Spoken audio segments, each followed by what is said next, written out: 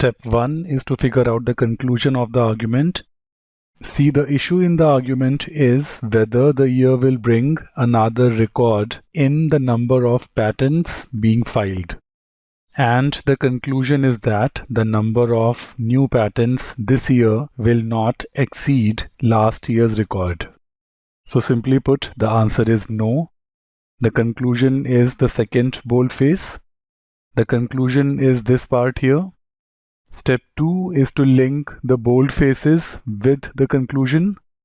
See, the first boldface is a general truth that leads to the conclusion, and the second boldface itself is the conclusion. So with that groundwork, let's look at the answer choices. So first of all, any answer choice that does not suggest that the second is the argument's main conclusion is not going to be correct. So answer choice B says that the second is a conclusion drawn to support the main conclusion. That cannot be correct. The second itself is the main conclusion. A should be eliminated. C, B is alright. Second is the argument's main conclusion. This should stay. But answer choice C says that first and second each provide evidence that supports the argument's main conclusion. No, the second boldface is not providing any evidence. The second boldface itself is the conclusion.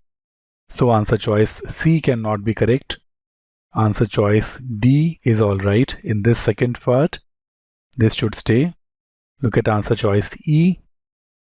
Generally, the term a conclusion is used for an intermediate conclusion or a secondary conclusion, which is not the case here. And a bigger problem is that the second boldface has not been used to challenge the generalization talked about in the first boldface. See, the conclusion is based on the first boldface. It's not that the second boldface, the conclusion, is challenging what the first boldface says, and therefore answer choice E cannot be correct. It's between B and D now. See, the second part is the same in both the answer choices. So the deal breaker lies in the first halves of the answer choices. See, answer choice B says that the first is presented as an obvious truth, which is alright. Answer choice D says that the first is a generalization. Both the terms are alright, an obvious truth or a generalization. An obvious truth is a shade better, but even generalization is alright. So the noun used here is alright. The problem has to be with the verb. Answer choice D says that the first is a generalization that the argument seeks to establish. No, the argument does not seek to establish this part here. The argument seeks to establish the second part here.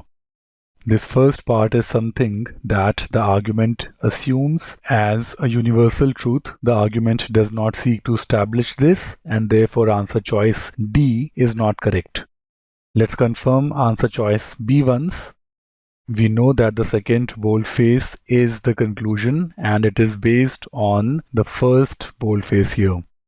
Answer choice B says that the first is presented as an obvious truth.